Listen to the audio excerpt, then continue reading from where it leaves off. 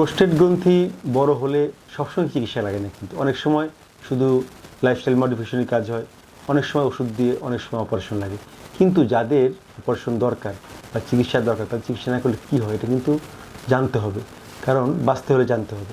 দেখা যায় যদি প্রস্রাব করতে কষ্ট হয় এবং চাপ দিয়ে প্রস্রাব করতে হয়, তাহলে পুরো প্রেশারটাই পড়ে কিন্তু মূত্রথলির উপর।